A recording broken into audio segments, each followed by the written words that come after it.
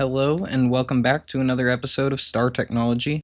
For a recap on last episode, the big points in progression we got done were Platinum Line and Petrochemistry, so we could get IV energy hatches, and we actually got through that relatively quickly. In between episodes, we did some standard energy upgrades to our steam system, so we have plenty of leeway to expand the factory today, and I also spent some time demolishing parts of the old base, but kicking off our progression for the day, my first task is to program all the patterns for polyvinyl butyrol and epoxy so we can start producing nano circuits, which includes LUV circuits. A lot of people like to give these polymers their own passive lines, which is totally acceptable, but not really necessary. The only thing you have to watch for if you do decide to auto-craft these is for recipe conflicts over circuit settings, since some of these steps for epoxy and PVB have ingredients that are identical to recipes on other circuits, but nothing troubleshooting can't fix. Some of the ingredients for these patterns may seem pretty random, but thankfully our pyrolyse ovens from our petrochemistry setup cover all the odds and ends here. Once I got done sorting out all the patterns and attaching them to the right machines, I attempted to order some test batches of our polymers to see if anything would come through, but AE2 just laughed at me and called me a broke chump for not having salt, so now I have to troubleshoot that problem before I can even move on. It didn't take long to discover why we had no salt, because it turns out we're still using a barrel and 2 centrifuges on seawater to produce it for us. This method is fine for early game, but now that we're in IV, we have to put on our big kid pants and update all this old infrastructure to meet our current needs. While I was doing demolition on this part of the base, I managed to disconnect these from power, so they probably haven't been running for several hours at this point, but I'm just going to remove this setup entirely since there are much better options for where we're at in progression. The best recipe for salt, now that we're in mid-game, is still seawater, but we have access to much faster ways to produce seawater now, with the best method being from drilling brackish water with a fluid drill and processing that. I flew around with a prospector to try and find some brackish water, but I wasn't very lucky and didn't feel like spending much time hunting, so I decided to just go with the second best method, which is producing it by burning water essence on circuit 3.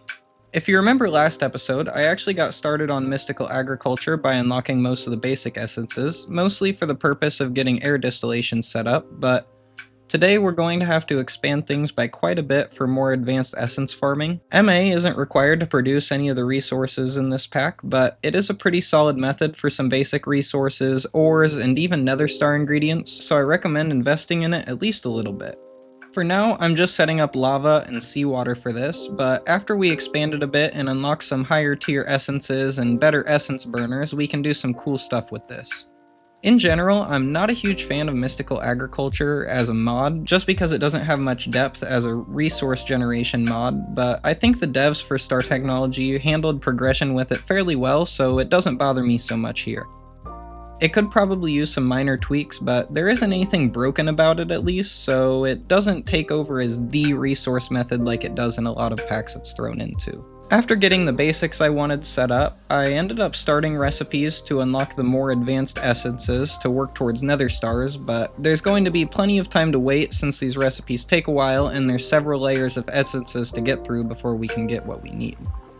Ultimately, we want to get Blaze, Basalz, Blizz, and Blitz, but in order to do this we need to start by mixing our basic essences.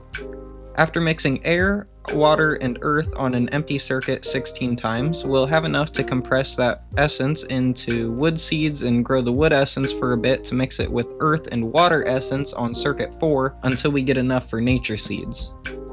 After we get the seeds, the wait begins. I ended up making a couple seeds because this part takes a while, but for each life essence we grow, we need to extract it for an abysmal 1% rate to get life essence. Simple math leads us to the conclusion that we'll need 1600 nature essence to get the life essence we need to make the seeds, so at the rate of roughly 43 essence per minute with 2 seeds growing, we'll have a good 40 minutes or so to wait on that, which gives us enough time to set up some alloy blast smelters. We're only making 4 ABSs off the bat, so I'm not going to be doing any kind of fancy parallel AE2 setup for this right now, but the main reason we'll be needing these at the moment is so that we can make the casings for IV multi-blocks and other machines like the dimensional destabilizer. At a first glance, the ABS just seems like a confusing upgrade to the EBF, and I kinda get that considering that it's just a bigger machine with coils, but the ABS pretty much just acts as a mixer combined with an EBF. The drawback for these is that it doesn't cook single element ingots, but it has slightly more efficient times for most, if not all, alloy recipes, so it's good practice to switch recipes over to these once you have the chance. The circuit scheme for these might also look pretty confusing since there's a lot of different circuit settings for these, but to make things simple, the only circuits you need are 12 through 16. These are equivalent to circuit 2 on the EBF since it's the faster recipes that use a gas. They're just spaced out over several different circuits since there's a lot of potential recipe conflicts if they weren't separated. There's some oddball recipes that fall outside of these 5 circuits, but most people tend to just do the alternative recipes for those since setting up the logistics for oddball circuits usually just isn't worth the time. Other than that, there isn't much to these ABSs, we just need to add another tag to our freezers and put an ingot casting mold in them, but then we should be fine. We'll end up making more of these later because 4 just won't cut it soon enough, but this will have to work for now because if I add any more, I'll feel compelled to make this a parallel system. Now that some time has passed for a life essence to generate though, we just need to compress it into seeds, grow it, and centrifuge it for a chance at Blaze, Blitz, Basal's, and Blizz essence. This is going to take about an hour for us to get 16 of each of these essences, which is pretty annoying, but in order to burn these once we have them, we're going to need IV essence burners. These will cost nether stars, which is kind of what we're setting this up for, so it's a bit of a dilemma, but that isn't really a problem because we can just pattern the slightly more expensive recipes to get the first couple we need. I suggest just ordering a good 16 stars to get yourself started, but make sure to save at least 3 of them because we'll need them to start our nether star loop here in a bit. So, we have a couple nether stars and the mystical agriculture seeds we need, so the next goal here is to actually get passive nether stars. It would be nice if we could just set it up with what we have here, but since we're using mystical agriculture for resources, there's a bit of logistics that we have to set up in order for us to get usable materials out of these. Since the Blaze etc. essences burn with the pink variant of Crown, we're going to need to choose a couple of essences that use the blue variant of Crown so we can balance our chemicals and keep things running smoothly. If we had access to burning Cryptan this early, looping would be considerably easier to handle, but since we don't, we'll have to set up a small looping system for the pink and blue Crown variants. I'm just going to be burning a lot of Sheldonite essence to keep things balanced on the blue side for now, which I conveniently made off camera while waiting earlier, but in order to get the initial buckets of Crown we need to start this, we can just pattern all the steps and order a good amount of each of these. In order to burn it, we still need to sodiate or lithiate the crowns, so before you set this loop up for yourself, just make sure that you have a decent source of lithium and sodium coming through and things should run fine. Sodalite electrolysis and tungstate processing should be good enough to keep up with demands for this. Since we have all these starting ingredients taken care of and set up, let's go over the actual looping process for the pink and blue crown. Starting with our pink crown, we mix it with sodium and lithium perchlorate for lithiated pink crown and sodium perchlorate. The lithiated crown can get burnt to get back regular pink crown, so that's how we get that chemical back, but the sodium perchlorate from that last reaction conveniently reacts with the blue crown and lithium for lithiated blue crown and lithium perchlorate that goes back to the pink crown for us. You really only need one Cube.js mixer to pull this off, but like I said, everything should be fine as long as your lithium and sodium keep up, and it really doesn't take much. After our essence burners and mixers are all hooked up to AE2, all we have to do from here is cross our fingers and hope that our crowns are burning evenly. My poor math skills will probably see to it that this system fails on me somehow, but a man can dream. Everything seems to be fully functioning for the time being, and we have materials coming through, so we're ready to work on nether star looping. There are 2 different paths for nether stars that are more or less effective depending on what tier you're in. The charge path, which we did earlier with auto crafting to get our first couple stars, is pretty expensive in comparison to the looping path, mostly because it uses platline metals, so I'm just going to ignore the speed factor and use the loop through till the end of this run. Before I set this up, I'm going to order Industrial TNT and Liquid Blaze, Blitz, Blizz, and Basal's on requesters to keep all of these stocked. We might have to build a multi-block extractor to keep up with the liquids, but this combined with a couple stars from earlier will be all we need to get this loop going. First, we start by crushing the stars with a forge hammer into 5 shards each, and then sending all of those shards into a polarizer multi-block. The polarizer is bound to be the bottleneck for nether stars, so you might consider making more than one of them if you don't mind spending the power on it, but after we polarize our shards, we come to the tricky part of this loop. We'll need to make sure that our shards get spread evenly across 4 different autoclaves, each one stocked with a different one of the liquid blaze etc's. We tried a couple different ways to make this work, but Scarlet's decision to just put a level emitter under the shared input bus set to 4 charged shards works the best, so we're using that method. There's a chance for these shards to just whiff on us that decreases by 5% for each tier of energy we increase the recipe by, but this really isn't that concerning since it evens out in the long term with all of the autoclaves on the same energy tier. Now that we have all 4 types of shards coming through though, the next step is to send them all to a forming press with a star-shaped casting mold in it for impure nether stars, and from there all we need to do to complete the loop is to send these to an implosion compressor for nether stars.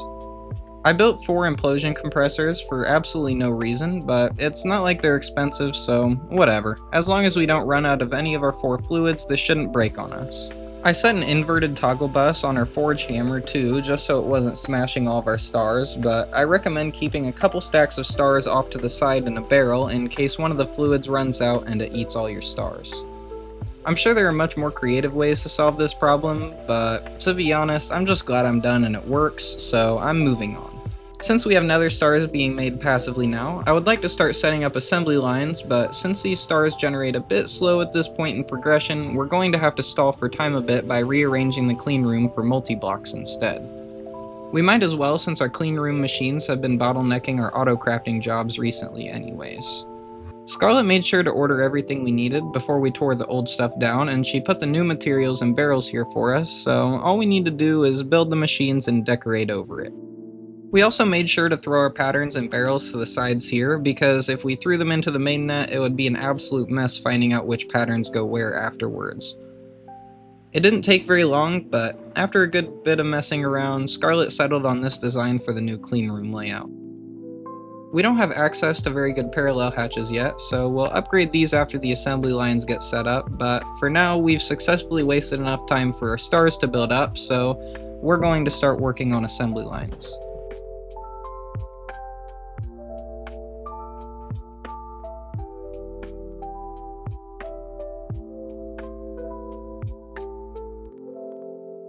Assembly lines are always a pain to build, but I always just go for the full-length line because adjusting it later seems more annoying.